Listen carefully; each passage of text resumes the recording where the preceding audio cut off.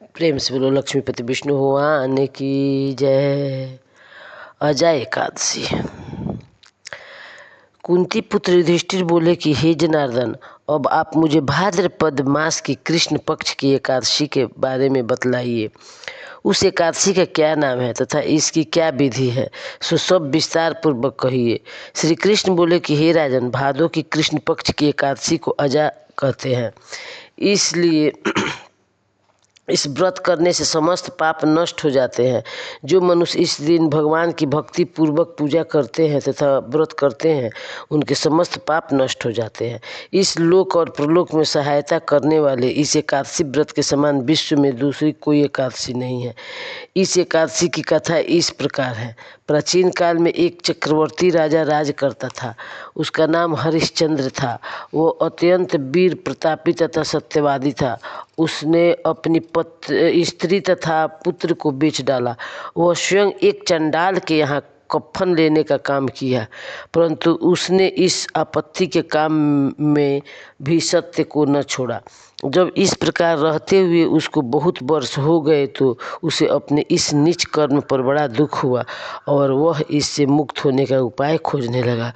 वह उस जगह सदैव इसी चिंता में लगा रहता था कि मैं क्या करूं। एक समय जब कि वह चिंता कर रहा था, गौतम ऋषि आए। राजा ने इन्हें देखकर प्रणाम किया और अपने दुख की कथा सुनाने लगे।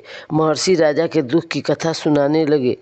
महर्षि राजा के दुख से पूर्ण वाक्यों को सुनकर अत्यंत दुखी हुए और राजा से बोले कि हे राजन, भादो के कृष्ण पक्ष में एकादशी होती है।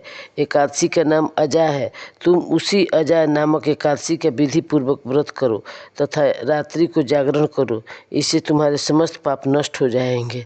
गौतम ऋषि राजा ने इस प्रकार कहकर अंतर्ध्यान हो गए। अजा नाम की एकादशी आने पर राजा ने मुनि के कहे अनुसार विधि पूर्वक व्रत तथा रात्रि जागरण किया। उसी व्रत के प्रभाव से राजा के समस्त पाप नष्ट हो गए। उस समय स्वर्ग में नगाड़े बजने लगे तथा पुष्पों की वर्षा होने लगी। उसने अपने सामने ब्रह्मा, विष्णु, इंद्र, महादेव जी आदि देवताओं को खड़ा पाया। उसने अपने मृतक पुत्र को जीवित तथा स्त्री को वस्त्र तथा आभूषणों से युक्त देखा। व्रत के प्रभाव से उसको पुनः राज मिला। अंत समय अपने परिवार सहित स्वर्ग लोक को गया। हे राजन, यह सब अजा एकादशी के व्रत का प्रभाव था।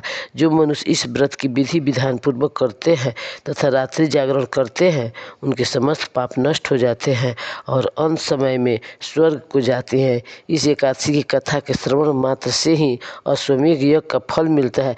प्रेम से बोलो लक्ष्मीपति विष्णु भगवान की जय।